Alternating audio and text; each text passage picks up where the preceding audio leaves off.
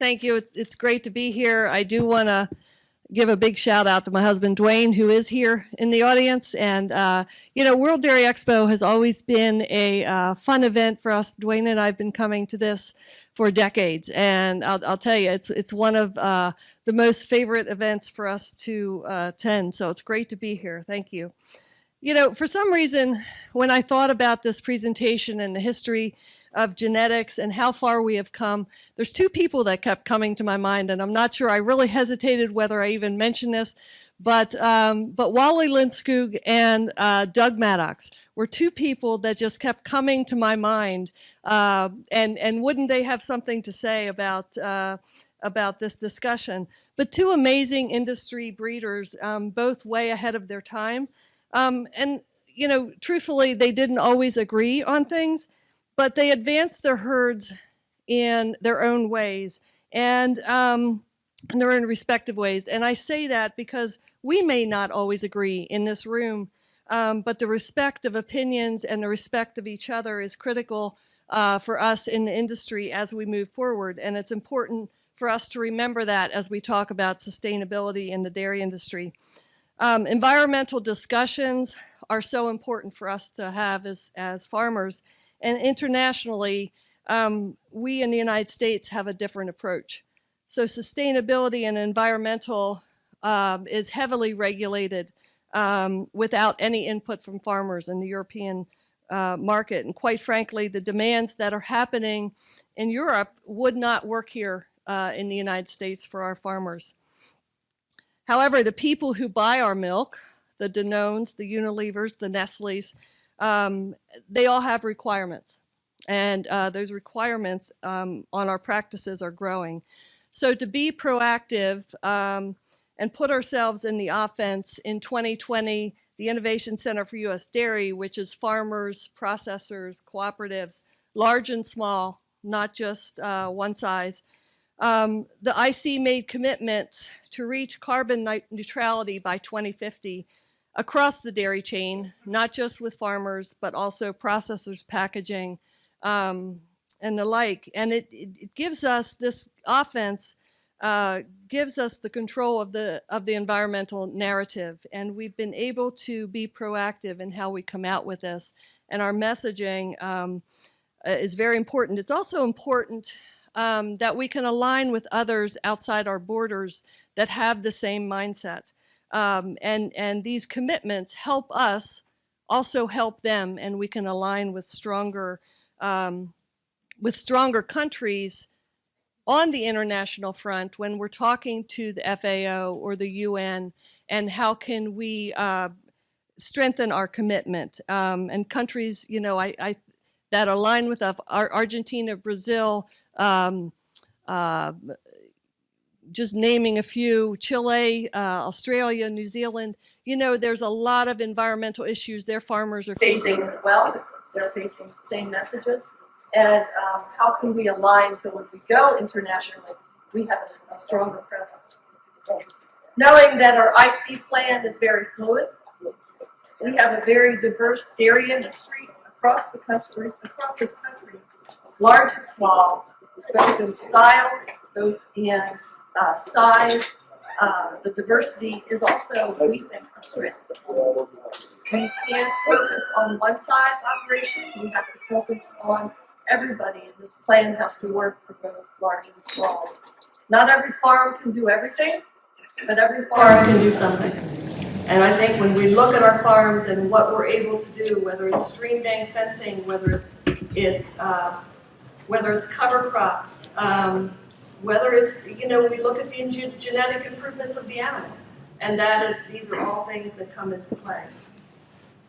Farmers have been caring for the land and improving our soil quality and improving the genetics of our animals for as long as we have been farming, and it's not a new idea for us, but we have to be smart about it.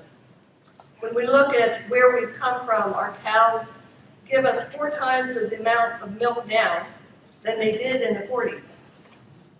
Twice as much milk as they did in the 70s. This is due to management, but also critically important, it is due to the genetic improvements of our cows.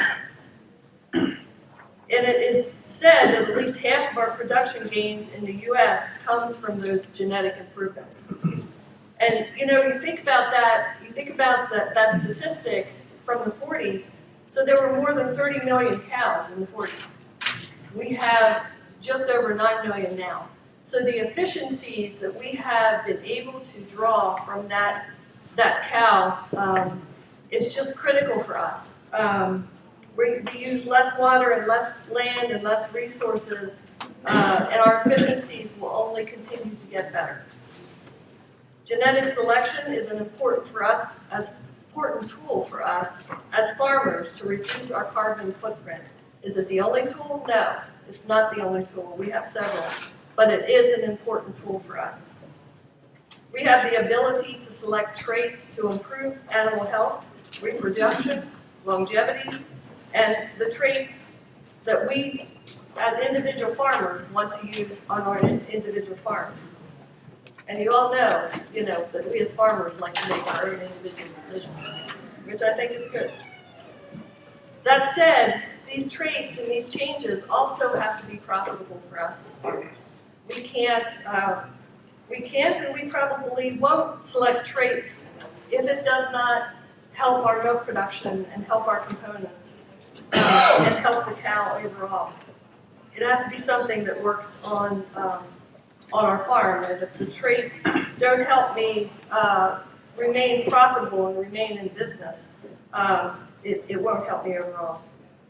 But they have improved a lot in the last 5 years, and you look at where we've come, and they say that the changes in the next 10 years will happen faster than they did the last 100 years. And couldn't hear that. Our farm has been using genetic selection and genomic testing of our superior animals for strengthening the overall performance and longevity of our herd for many years. And it allows us to market some animals and embryos. It also allows us to improve our herd. And I do want to also give a shout out to Jim and Claudia Copper, who are partners with us on some of those superior animals. We test Dwayne and I test the top 10 to 20% of the herd. We also have a very aggressive IVF program with that top 10 to 20%. I know that there are some herds that test the entire herd. And again, that is a management decision for each individual farmer. We all have options on how we needle this thread. Thread the needle. Yeah, how we thread the needle. My grandmother is rolling over in her grave right now. But we have an ET program to increase the superior offspring. We also crossbreed the bottom 25% of our herd. Genetic improvement is absolutely a part of our future and something we look at.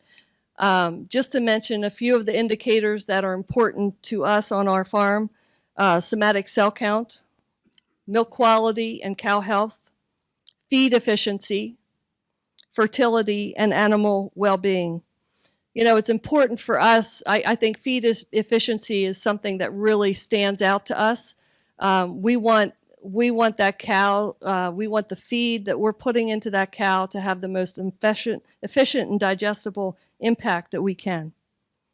So we as an industry will continue to figure out how to improve lameness, how to improve the health of the cow, how to improve the longevity of the cow, and how to make sure that we breed cows that eat less and improve digestibility.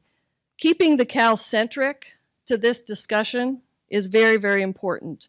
And making sure these traits, as I mentioned before, hang on to positive milk and components is important.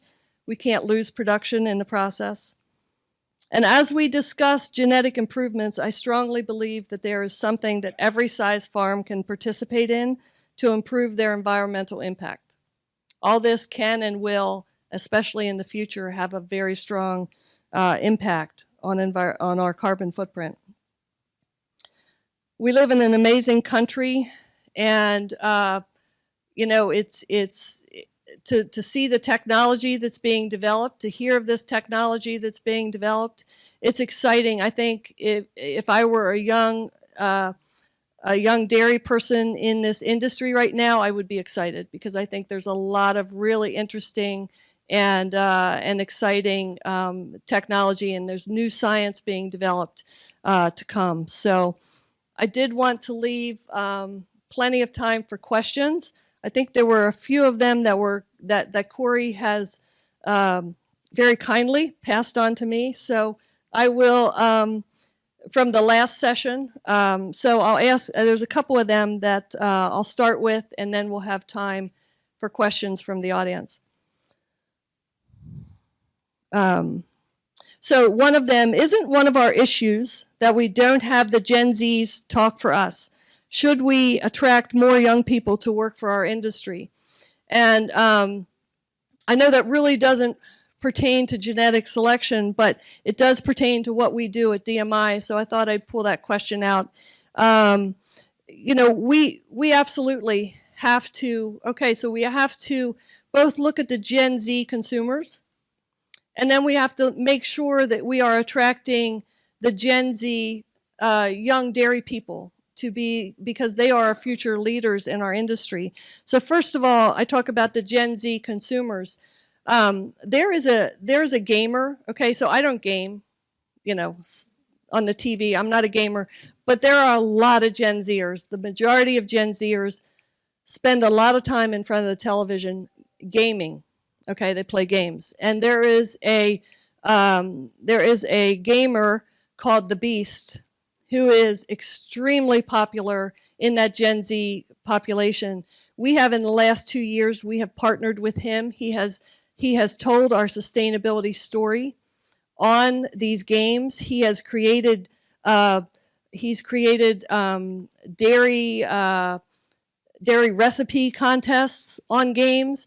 He has over 1 million followers, and it's incredible. The people, you talk about someone who influences that Gen Z population. That is an influencer in that Gen Z population. That's someone who can tell our story. He also is in the process of creating a game that inside that game, it's telling the dairy sustainability story of the U.S. industry. So I think it's important. When I look at the Gen Z young dairy men and women, that we have to be able to attract them to our dairy boards. They have to be attracted to leadership in the dairy industry, and that is one way we're trying to. When we look at the DMI board, how do we bring in these young people to give us that Gen Z voice in that room? Because I think it's important for us to understand where they're coming from. Another question: do milk buyers and customers care about how low carbon milk is produced? Yes, they do, and I do think the last panel touched on that briefly as well. They absolutely care about that. It's something that the Hersheys and the Danones and the Unilevers, Nestle's, they're all hearing about this, and it's important for us to pay attention to that voice. And I think, again, us coming out and being in charge of our narrative with these 2050 goals, it's important. And they're developing, okay? We have a lot of discussion in the boardroom about them. So there's a lot of oversight from farmers on those, on how that happens. So.